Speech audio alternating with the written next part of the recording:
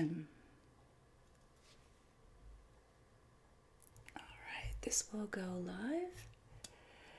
And I'm just going to refresh Facebook to see if it's gone live there.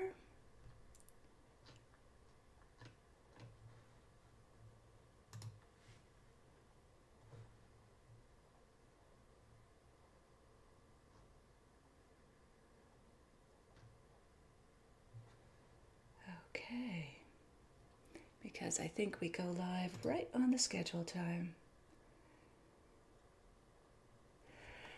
All right, folks, have you ever wondered how to pair wine and charcuterie? Charcuterie, that sort of mixed plate of meats, sometimes cheeses and other tasty items, often served before a meal in a restaurant or perhaps, if we're lucky, at home.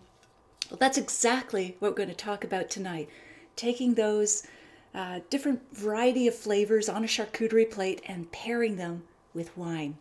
I'm Natalie McLean, editor of Canada's largest wine review site at nataliemclean.com, and you've joined us right here on the Sunday Sipper Club at 6 p.m., where we gather every Sunday to talk to the most interesting people in the food and wine world. Now, before I get started, in the comments, I'd love you to post what is your favorite type of charcuterie. Is it a pate? Is it a cured sausage? Is it maybe a type of ham, serrano ham? Maybe it's a cheese. But go ahead and post in the comments, and I will just refresh and make sure you can all see and hear me, because this is the first time tonight I'm using the scheduled feature that Facebook uses. Okay, it looks like we're good. And excellent. The countdown worked. Okay, that's great, Paul. All right. Now, I'm also troubleshooting some other tech things here tonight, so bear with me. I'm going to bring on our guest, and you can tell us if you can see and hear her. But she is, you're going to really enjoy this conversation. So our guest tonight is the author of over 5 books, or 5 books, I should say, that have made the New York Times list of top cookbooks. Fat, Bitter, Bones, Odd Bits, and Les Os. She's also written other books besides that, and she has won 4 James Beard Awards.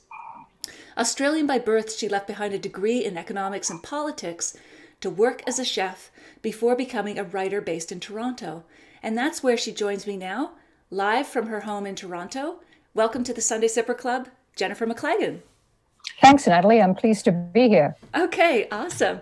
Now, Jennifer, tell us something, maybe that was sort of a very brief overview, your bio. Tell us something that might surprise us about you, something we don't know, whatever you like. I spend, you said I'm based in Toronto, which is true, but I spend probably almost half the year in Paris, France. Okay. Which makes a lot of my friends very jealous. But for someone who likes to eat charcuterie and odd bits and who just loves food, it's a wonderful city to be in. Huh. Okay. And that's something. And also I'd like to tell people that sometimes they don't think I eat anything but meat, and strange pieces of meat at that. But I do eat vegetables and fish as well. Okay, excellent. All right. So when was the exact moment you realized that you wanted to write about food, and specifically about how would you categorize the type of food you focus on? It's charcuterie, but it's bitter, or it's bones, it's... Yeah, it's a little hard to categorize. I guess unusual topics that no one else wants to touch. Okay. It's not your regular cookbook, right? Right. As you probably know, I did work for a long time as a food stylist, a magazine that both of us have worked on, the LCBO Food and Drink magazine. Right. And working as a food stylist, making food for photography, I did work on a lot of cookbooks as well. Okay. And so I thought, some of these cookbooks were great, and some of them I didn't think were so good. And so I thought I could do that.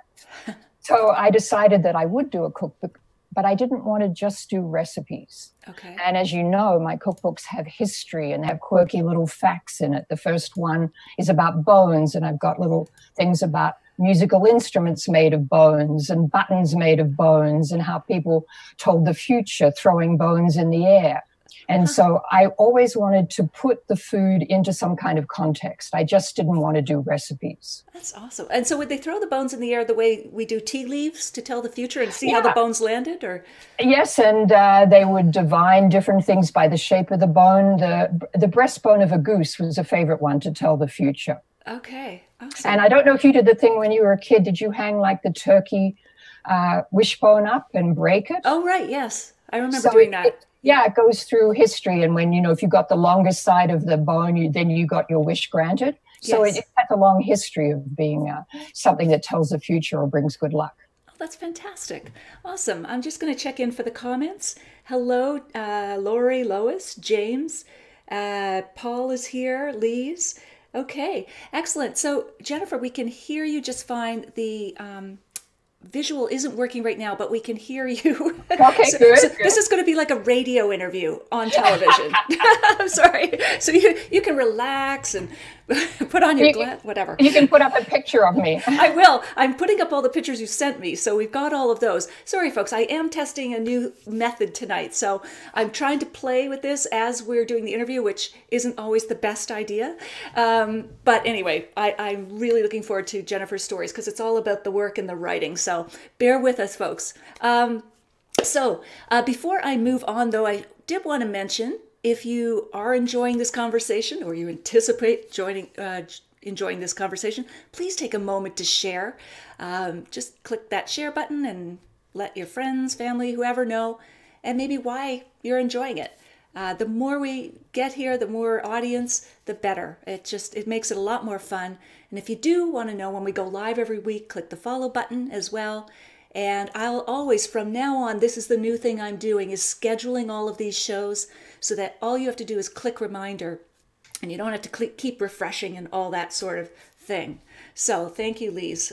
Grace under pressure, or else tech flop under pressure. Anyway, back to Jennifer. Okay, so Jennifer, maybe you could tell us, this might seem an odd question, but your favorite failure, kind of something that happened, but you were able to draw something, a lesson, whatever, that made you better, stronger, anything like that? Well, it was a failure that turned into a success, I would say. Okay. After my first book was called Bones, which was about cooking food on the bone and eating things with bones in them.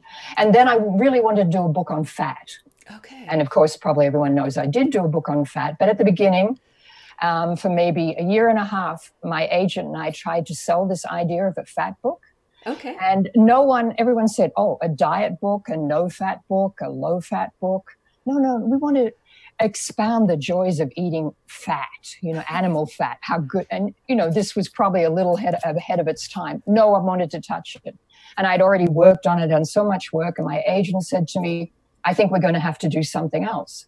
And I said, no. I said, we have to keep trying. And we did. And eventually we found a Canadian publisher who then took it into the US and it became a big success. But I think it was a thing like, if you really want to do something, don't give up. Even if people say you can't do it, it's not a good idea, you should keep trying to do it. Whatever you're doing in life, it's really important. If you think it's a good idea, it probably is. Huh. And how do you find the reception to your work, especially when it comes to fat or these cured meats? How is that sort of jiving with the move toward healthier eating? And I'm making a supposition, I shouldn't, that's necessarily unhealthy eating. But yes. How do you put all of that together? Or what do you have to deal with that issue? Yes, I had to. I think it's much better now than when I first started, which was way back in 2005. So that's quite a long time ago.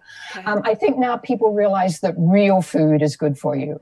And all of this thing is like from cooking on the bone. And with a charcuterie, that is real food. It was a way people kept food or used lesser cuts of the animal and kept them through time. It's really good. It's much better than the super processed foods that you buy in the supermarket. Right. And just as they're coming around now to butter or real fats are good for you, they keep you full longer, you eat less, which is also... Exactly. I always said with the fat book, if you eat fat, you stay thin. Because fat, and it's true, people always said to me, they said, well, how come you don't weigh, 500 pounds? I said, because I eat fat. I don't eat a lot of sugar. I don't eat a lot of, snack food. And fat is very satisfying. And the other important thing about that to remember is that's where the flavor is. A lot of flavors are only carried through fat. And so you can't get the flavor out of a lot of food without fat. And that's why if you eat fat-free food, it's really not satisfying at all, and you eat twice as much. Right. Sounds like the alcohol in wine. It's the carrier of flavor. Exactly. And people try to make de-alcoholized wines, and it's like, ugh. Well, exactly. There is no, and it's not that thing. I mean, you don't probably want a super high alcoholic wine, but alcohol, fat, they carry the flavor, they add to the whole deliciousness of the product. Absolutely. Wow, that's great. I like that. Now maybe take us to one of the best moments of your career so far. I'm sure there are many more to come. But where were you? What happened? Why was it special for you? I think probably, once doing cookbooks is a great way to get to meet people, and people invite you to different places. And I got invited to Australia, which is where I'm from, which was great. And they have a festival there every year, the Adelaide Writers Festival. Now, I get invited to a lot of food festivals, but this was a festival of writers. I was the only food person there. So I felt very, very special. And here I was with like some famous authors and people who wrote fiction and historical novels. And it was this beautiful setting outdoors in Adelaide. It's a beautiful city there. It's not far from, great wine district of Barossa Valley. Mm-hmm. And it was kind of like, it was a validation of what I was doing, because I always wanted to do more than just a cookbook. Here I was being acknowledged as a writer. And so that felt very, very special. And it was a very wonderful event. Oh, wow.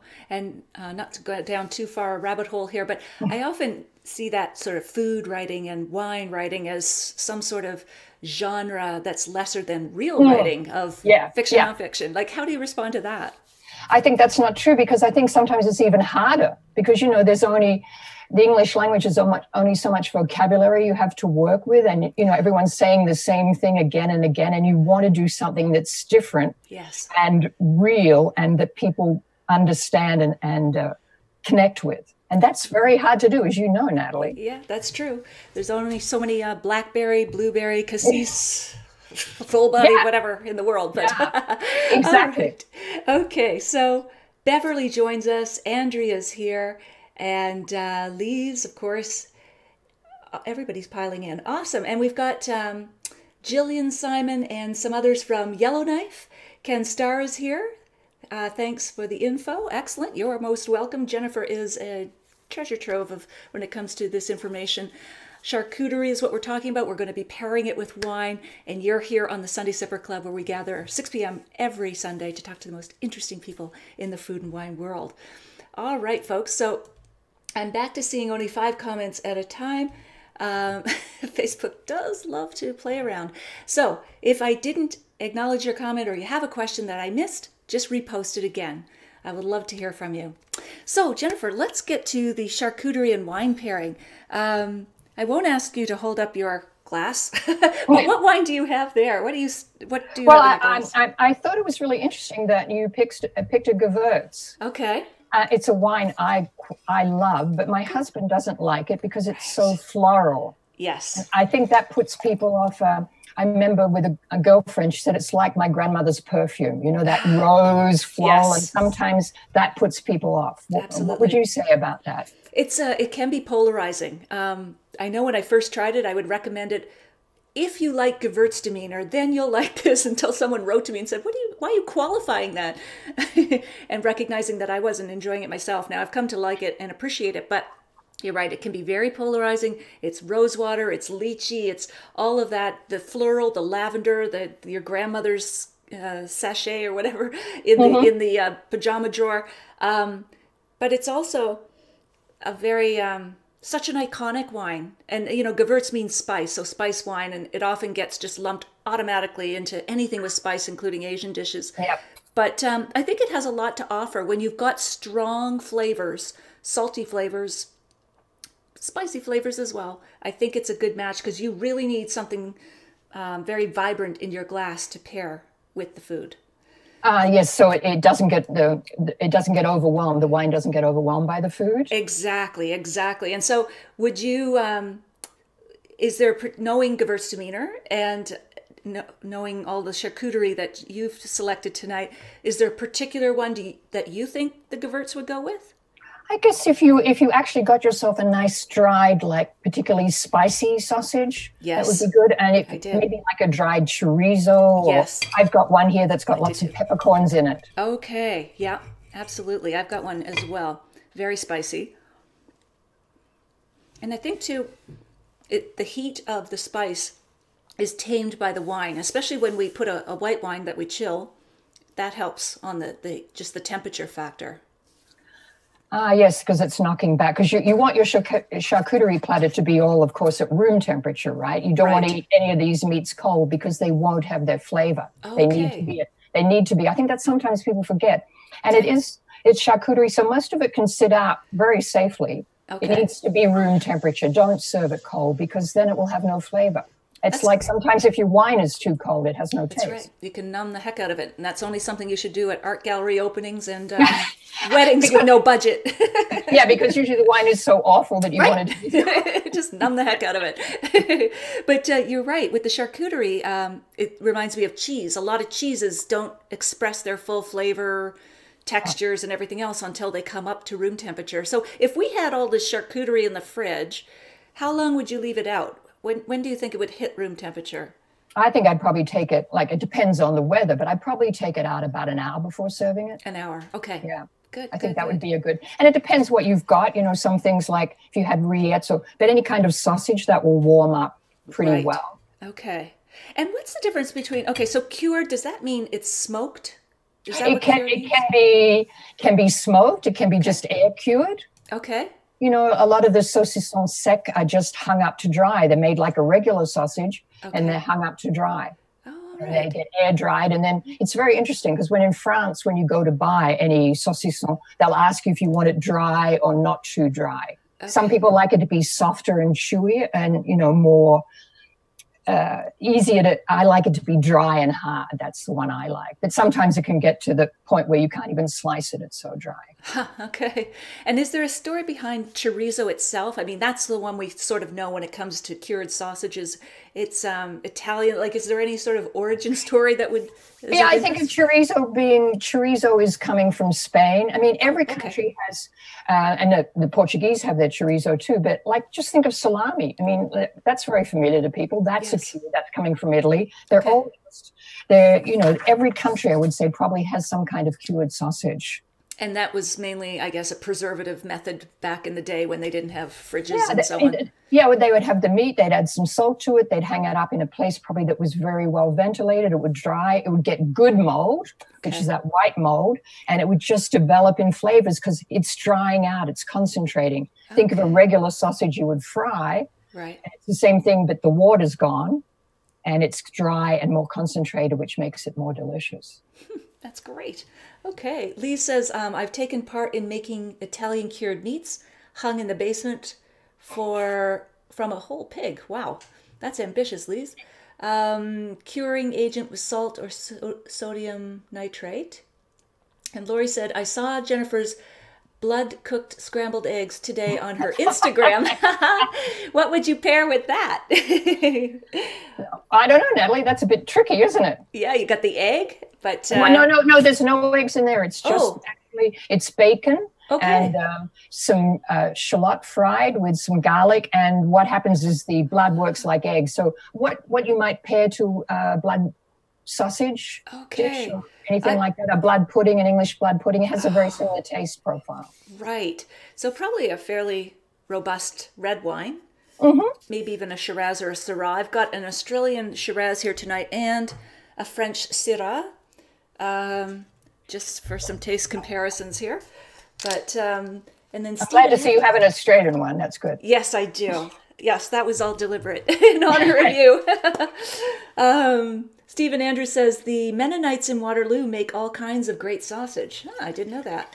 I bet you it's artisanal and homemade. Yeah, they make a very good summer sausage, which is delicious. Yeah. And what's the difference between summer sausage and presumably winter sausage? I don't know. I imagine it's the time of year it's made, but usually a lot of these things are made in the autumn because that's when traditionally someone would kill the pig and they would have a lot of meat, which they couldn't eat all at once. So charcuterie, which means just cooked flesh, would be a way for them to preserve the meat into the winter.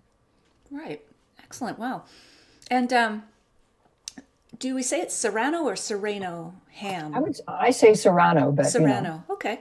Because that's very delicious. And where does it come from, and how is it different, say, from prosciutto, which looks a lot like it seems to me? Yes, yeah, no, and then there's Pata Negra from Spain. So it's all these hams that are just usually come from different countries. Often the difference between them is what the animal ate. Ah, okay. So Pata Negra is famous because it comes from a special kind of pig that actually has black feet. And they usually run wild in parts of Spain, and they eat a lot of acorns. Huh. And does that flavor come through, the acorn flavor? And the acorn flavor. And it also gives their fat, they have a lot of fat on them, and it gives their fat a softer consistency because of the acorns. Okay. So they would have a much softer fat than a pig that ate corn. Okay. And even in North America, there's a famous Smithfield ham, which is a cured ham as well. And they eat peanuts. Really? Which is softer, yeah. So that's each of those, what the animal eats transfers into their meat. And when it's dried or cured, and it's in the fat as well, it's more concentrated, so you pick that up. It's actually interesting because one time I went and they had Spanish ham, on Iberico, and they had 3 different kinds in this little Spanish restaurant in Paris where you could try the 3 different kinds on a platter. And I thought, it's all Spanish ham. How different can it be, right? But each of these dried, cured hams had a different taste. One was like fruitier, one was dry. It was like, okay, it's Shiraz. It's all going to taste the same. It doesn't because of where it comes from. And it's exactly the same with these products. It's the terroir in there that gives them the different tastes. Wow, that's great. And again, like cheese, where, you get the meadowy flavors if the goats or cows or whatever were grazing on meadows or flowers or whatever. It really is a terroir. No, that's exactly true. And that's also, you don't get it much in Canada, but that works with butter as well. Oh, okay. And you actually can get spring butter and winter butter. And, when they're out in the meadows and they're having the flowers, you can actually taste that floralness in the butter. And what they're eating is moisture. So the butter has a little bit less fat in it and more moisture. Okay. And if you're a pastry chef, you want winter butter because it has less moisture, it's drier, it's a higher fat content, and it's much better for baking with. Fantastic. Wow. Okay, learning lots here. Sam is here from BC. He loves a BC Gamay with charcuterie or a better quality Beaujolais. Yeah, that's nice, especially a Pinot, even if you can get nice spicy character in some of those wines and they don't have the heavy tannins. I would think that would go very well. Lori, it's so interesting that the pigs something about the pigs in this Smithfield pigs. Who knew? Oh, what they eat accounts for their taste. Got it. Lois, does the pickled vegetables accompaniment affect the wines you choose? Yeah, Lois, that's a good question, and I'll just give you my thought. I'll ask Jennifer too, though she says her expertise is the charcuterie and was leaving the wine pairing to me tonight, but I think she's just being modest. Anyway, but I think pickled and brined foods are tough on wine because they're vinegary, and we don't want that to happen to wine ever. So when you put wine with anything that's brined, pickled, etc., you've got to have a wine with a lot of really good acidity, almost searing acidity, because otherwise, by comparison, the wine is going to taste flat, insipid, dull, and wimpy. So wines with high acid would include like a Gruner Veltliner, a Sauvignon Blanc, a dry Riesling. All of those, you really want something that has got that acid to stand up with it. The universally best pairing, I think, for foods like that is often champagne or sparkling wine, because it's got the acid and it's got those swarm of bubbles to cleanse your palate. Jennifer, do you have a take on brined and pickled foods with wine? With wine, I like something a little pickled or acid with my charcuterie platter because you've got a lot of fat there. So you're getting all that fat coating your tongue, and sometimes you need some acid. So what I would do is, if I've got like that fat coating, which I like, I would have maybe a little bit of acid and then some more fat before I hit the wine. I wouldn't drink my glass of wine after I had the pickled cornichon or the pickled onion or the pickled vegetables. I'd kind of use the pickled vegetables like as a palate cleanser, then go back to the fat, the pate, the terrine, or the fat in a sausage, and then have that with the wine. I love that. I'm going to borrow that tip if I may. It's Oh, like you a can. buffer. Yeah. Yeah, no, it's also, it cleans out your palate a little bit, because sometimes, like even with wine or any food, it can get overloaded. So if you want to switch, say you were just with, like when I was tasting the 3 different hams, between each one, I had to get something to kind of clean up my palate so I could taste the next one afresh. And sometimes you need to do that with a charcuterie platter. Right. But I love your idea of champagne. Yeah. I think champagne goes with absolutely anything. It does, including more champagne. Yeah, and maybe even your cereal for breakfast, you know. Exactly. Breakfast of champions. It's the universal. It's a great way to start the day. So with the Serrano ham, I guess we'd be looking at, I'm finding the red or the white would do well with this. We've got the spicy character of the Syrah and the Shiraz, both deep, rich, dark, plummy fruits. Some dark pepper, especially on the Australian Shiraz. I think that's lovely with just about anything here. But, I think I could even go back to the Gewürztraminer, and I don't think it's going to be overwhelmed by the ham. But any thoughts there on the Serrano ham with wine? Yeah, I don't know. It was one of the people on Facebook there was saying Gamay, and I've become a big fan of Beaujolais. Mm-hmm. And I don't know if you find it might be a little too wimpy, but for me, it's one of those super friendly food wines, and it kind of just goes with everything. And there's different kinds of Beaujolais you can get, but they're unbelievably delicious with this kind of food as well. Absolutely. Right? Yeah, the Beaujolais, especially the non-Nouveau kind, so not the kind that comes out in November, but the cru that's meant to be aged. So Beaujolais, as you may know, folks, is just the southern region of Burgundy. It's the Gamay grape instead of the Pinot Noir grape that's in the northern part of the region. And it's a delicious wine. It's usually medium-bodied, supple, meaning there's no sticky, harsh tannins that make your mouth dry out. And often you can even get some with almost a black pepper note on the nose. And it's just I think it would be a beautiful combination with charcuterie. So it's a great and wine. I also think they're usually at an affordable price point. Yes. Most of them. Absolutely. And it's interesting. I think that's what you said about the Beaujolais Nouveau. I know when I introduced my husband to them, he was only thinking Beaujolais Nouveau, which is a very special kind of thing that you don't want to drink very often. Yeah. But the actual crus of Beaujolais, and there's, Fleury and something like Morgon, which is a little more Cousteau, a little stronger and heavier. Okay. They're absolutely delightful wines to drink, and I think people should spend more time looking at them. Absolutely. And Beaujolais is one of those wines that has in the past had maybe a not so great reputation, and so the wines are so well priced, as are dry rosés as another category, or Riesling from Germany especially. We've got these categories of wines that just get, either for changes in flavor or style from what they used to be, or just they're misunderstood. But there's such fabulous values. Great taste, but great price too. How do you feel about Riesling with charcuterie? I think it could work. Definitely Riesling has that acidic backbone, which is nice and sprightly to cut through any cheeses on the plate. And then I guess with the fat, like if we have the pate or the salt, actually the saltiness of the Serrano ham might be a good match for an off-dry Riesling, because you've got the acid and a bit of touch of natural sweetness. So that might, I always say sweet meets heat, but it also deals well with salt, just a bit of sweetness. So that's true. That's true, because it's balancing out the salt. And usually when you've got a charcuterie platter, you're going to have salt there, because that's often how they're cured and things are quite highly seasoned. Yeah. So sweetness is something that balances off salt. Absolutely. And I think of like a glazed ham with chutney. And so that's a perfect match for an off-dry Riesling. So you've got the meat, the salt, the sweetness of the chutney, and it's pretty much, to me, acid in wine is like salt is to food. It brings forward flavor. It's a balancer, but it also will call out to salt, if you will, in the food.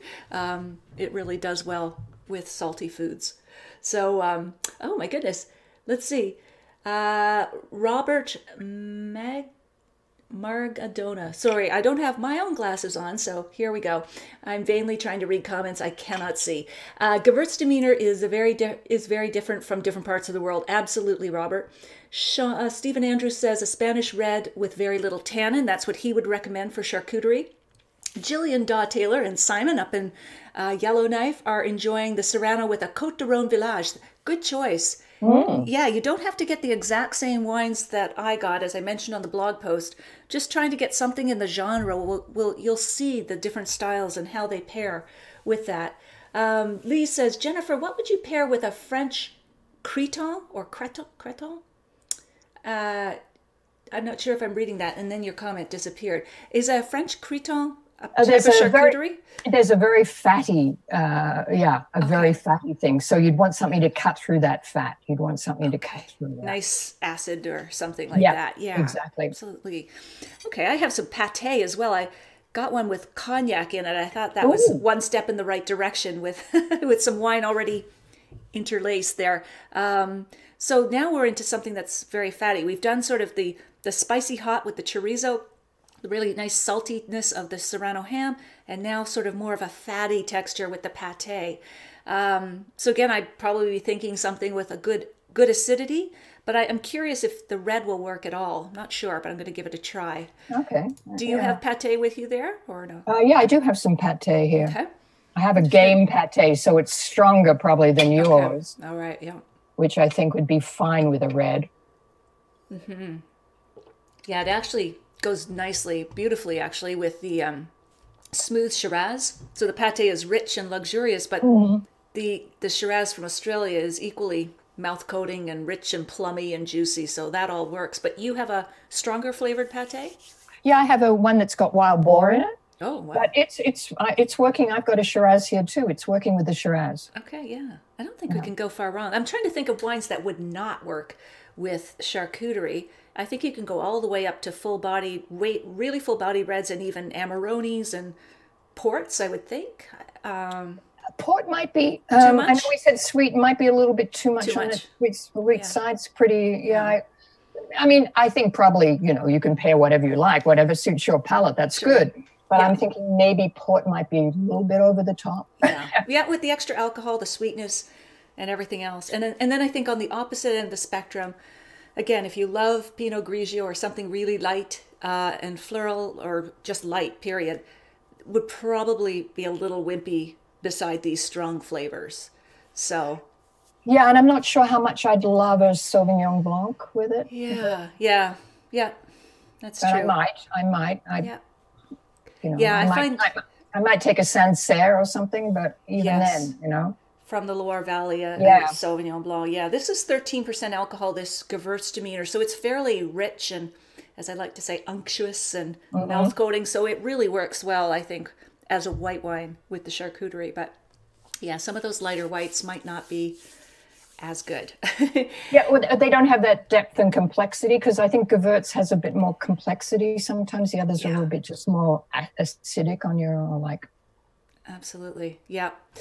All right, folks, if you are enjoying our conversation, please take a moment to share this. All you have to do is click the share button and just let your friends, whomever, know why you're enjoying it. At the end of tonight's broadcast, I'm going to be drawing a winner from last week's show who will get a signed copy of the Veuve Clicquot book. So keep that in mind. Stay with us for the end of this show. And next week, of course, we'll draw another winner. If you want to know when we go live, click the follow button. And our new thing is clicking on scheduled broadcasts. So that's what we did tonight. And we are weathering through it technologically. Almost got it all working. And Jennifer's being a great sport here with us and doing a radio interview instead of a television interview. She's right there. Anyway, so Jennifer, what are your best tips for putting together a charcuterie plate at home? What are we looking for? I think you want to try and vary the textures. I think that makes it very interesting. So some kind of dried sausage. Okay. Like you've got the chorizo, but it could be a salami, it could be a French sausage. And there's a lot of these being made in Canada and the US now. In my local deli, they have ones. And maybe you want to slice it thinly if possible, because I don't think you want super thick slices. A rillette or something that's softer, like a moussey kind of terrine or pate that's maybe spreadable on a good French bread. Maybe some kind of dried ham. Like the Serrano, prosciutto, and that get the person at the deli to slice it nice and thinly for you. And then even though it's going to fight a little bit with the wine, I would put something on there like cornichon gherkins, maybe pickled onion, or a lightly pickled carrot that you've just cut up yourself and then dropped into a little vinegar and sugar and some spices just for an hour or two. So it's not really pickled. It's still crunchy and it's just got a little bit of acid in it. Maybe even some cherry tomatoes, which are lightly acid as well. Okay, and why do we slice it thinly? What is the difference between some of those things if they're sliced thinly or thickly? I think it's just nicer to eat. You don't want to be chewing a lot. You just want something that's going to melt on the palate. You know, think of prosciutto. If it's too thickly sliced, it's quite difficult to eat. Thinly sliced, it's delicious. And then whatever you do, don't cut the fat off. Leave the fat on there because that's where all the flavor is. So don't be scared of that. It's only a thin slice of fat. It'll be delicious. That's true. That is a temptation. I'm going to stop doing that, taking all the fat away as though I'm eating healthier. No.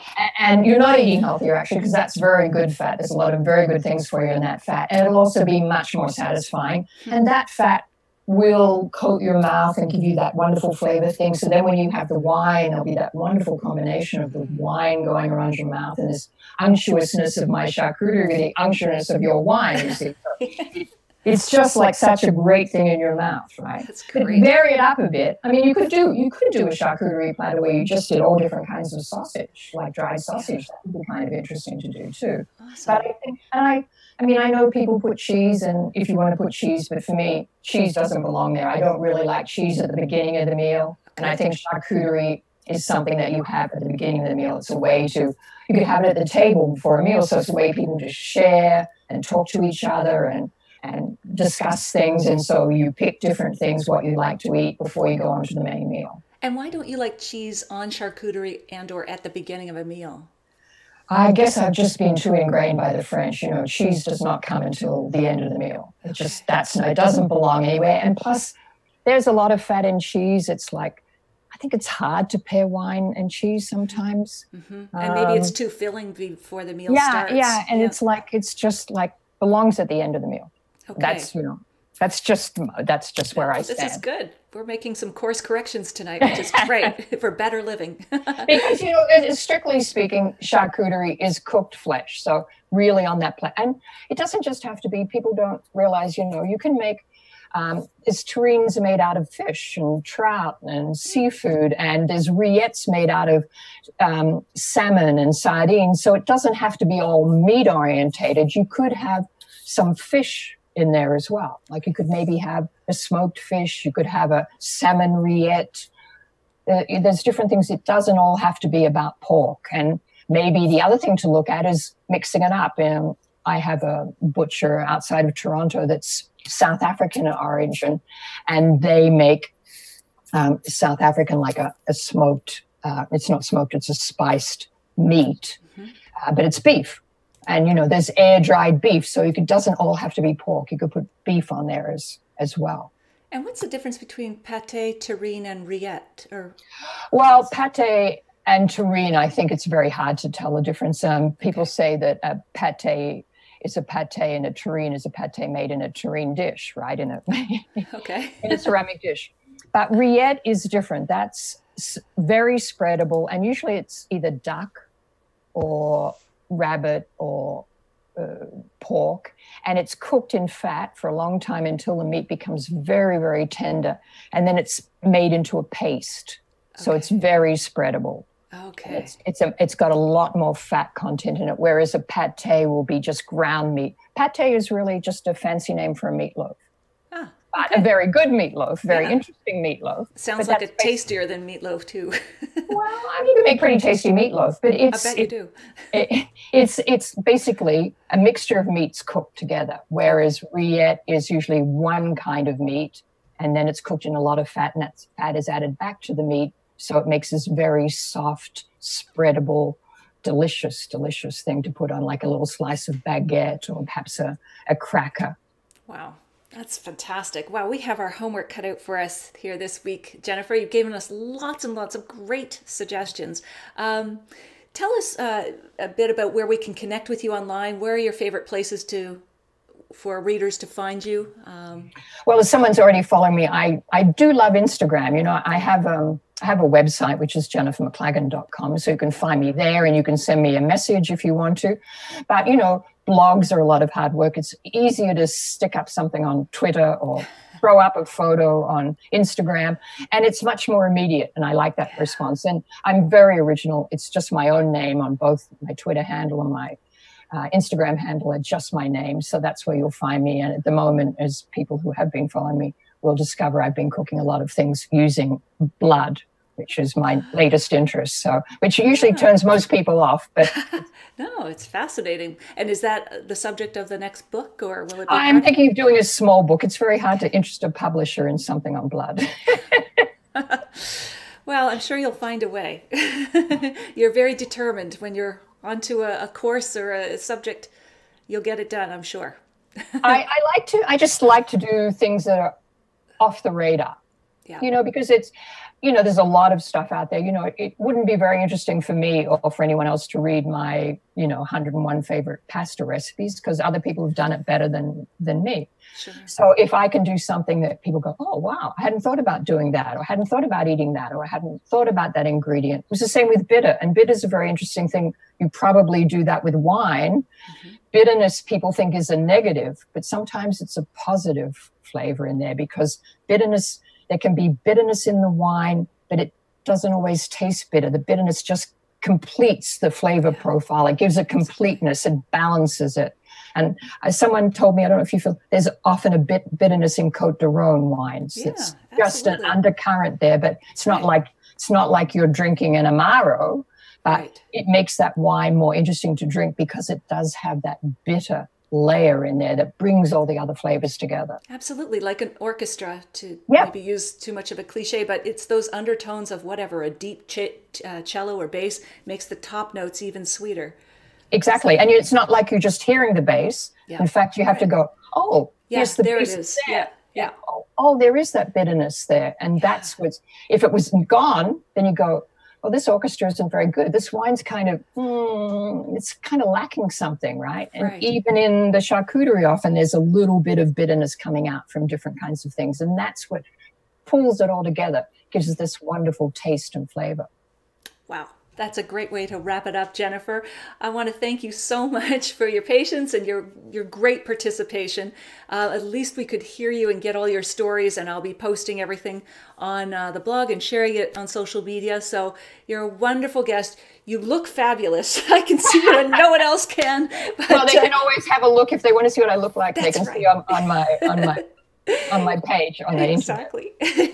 So I'll say good night. Folks, I'm still going to stay online, so don't go away. I've got lots of announcements for you. But again, thank you, Jennifer, and wish you all the best with your next project. My pleasure, Natalie. It was fun to chat. All right. Take care. Bye. Bye-bye. All right, folks. Thanks for bearing with me. As always, I'm trying to up the game on this technology stuff. She was full of fabulous information, wasn't she? And in fact, I would love to know what was the most interesting thing that you heard or that you learned tonight. There's so many different points. I'm no longer going to pull off the fat on the ham. And just make a quick note below. If any of you are interested,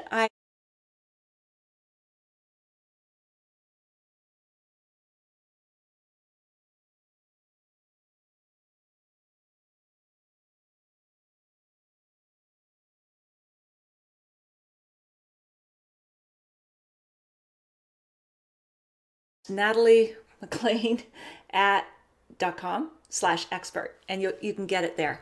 So if you're interested, if you missed last week, we had a great discussion with the author of The Widow Clicquot, and I'm going to be drawing for a signed copy of that book. Fascinating history of Veuve Clicquot, the woman who built the prestigious Champagne house. And I'm just reading some comments here. Yes, thank you, Alan. I am a trooper. Oh, and Lori, she liked that tip too. Good. Stephen, next year charcuterie for the Super Bowl party. Absolutely. All right. Now, let's see if I have this thing that, speaking of Alan, Let's see if I've got this right here. So we want to announce the winner of last week's contest. Let's see. Oh, no. That's the wrong one. That's the wrong sound. Let me try it. Here we go.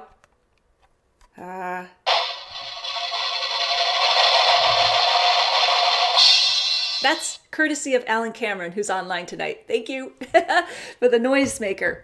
So the winner of last week's contest for a signed copy of The Widow Clicquot is Sam Hawk out in BC. Yay, Sam! I should have a noise for that. And anyway, getting carried away with the noises.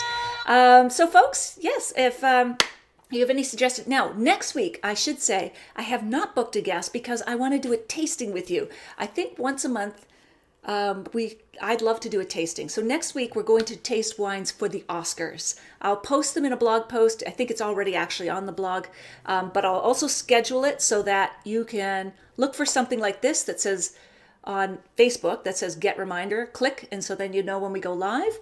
Yeah, next week, let's get our pre-party going for the Oscars and pair some wine with popcorn and pretzels and that sort of thing. So I'm always welcome to suggestions. And thank you, as always, for spending a part of your Sunday with me. I so enjoy these conversations, and I appreciate you coming. So look forward to seeing you next week, and enjoy the rest of your Sunday evening. Take care.